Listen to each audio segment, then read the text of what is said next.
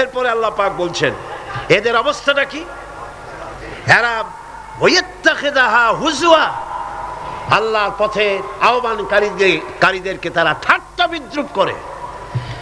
লিইউদিল্লা আন সাবিলিল্লাহ, একদিকে তো আল্লাহর রাস্তায় বাধা সৃষ্টি করে যাতে করে আল্লাহর পথে আসতে না পারে, তার জন্য হাজারো প্রচেষ্টা করে।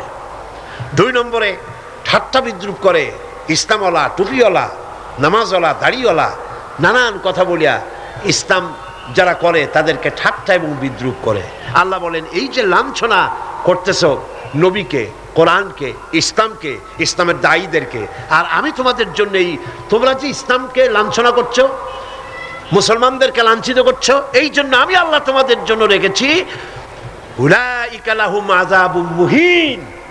ইসলামকে যারা লাঞ্ছিত করছো, মুসলমানদেরকে যারা লাঞ্ছনা দিচ্ছ, তোমাদের জন্যই লাঞ্ছনাদায়ক শাস্তি আমি আল্লাহ রেখে দিয়েছি কিয়ামতের দিন।